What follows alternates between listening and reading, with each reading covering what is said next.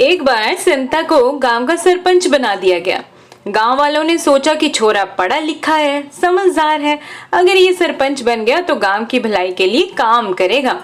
मौसम बदला, सर्दियों के आने के पहले भर गांव वालों ने संता से पूछा, सरपंच साहब इस बार सर्दी कितनी तेज पड़ेगी? संता ने गांव वालों से कहा कि मैं आपको कल बताऊंगा।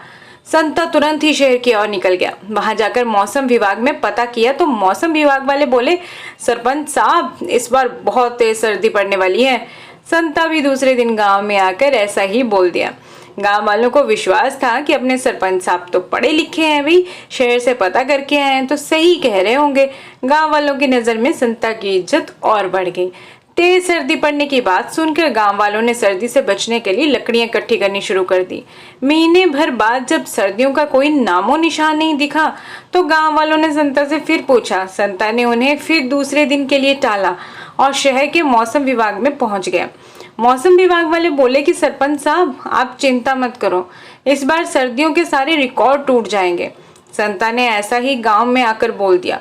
संता की बात सुनकर गांव वाले फिर से पागलों की तरह लकड़ियां इकट्ठी करने लगे।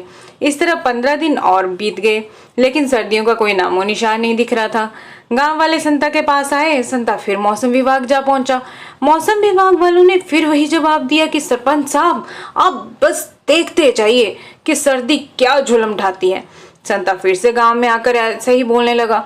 अब तो गांव वाले सारे काम धंधे छोड़कर सिर्फ लकड़ियां इकट्ठी करने में लग गए। इस तरह 15 दिन और बीत गए, लेकिन सर्दियां थी कि शुरू ही नहीं हो रही थी। गांव वाले संता को कोसने लगे। संता ने उनसे एक दिन का वक्त और मांगा।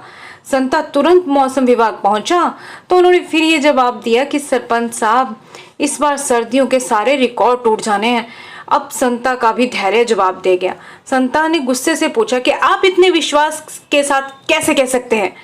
मौसम विभाग वाले बोले कि सरपंच साहब हम पिछले 2 महीने से देख रहे हैं पड़ोस के गांव वाले पागलों की तरह लकड़ियां इकट्ठी कर रहे हैं। इसका मतलब सर्दी बहुत तेज बढ़ने वाली है। संता वहीं चक्कर खा के गिर गया।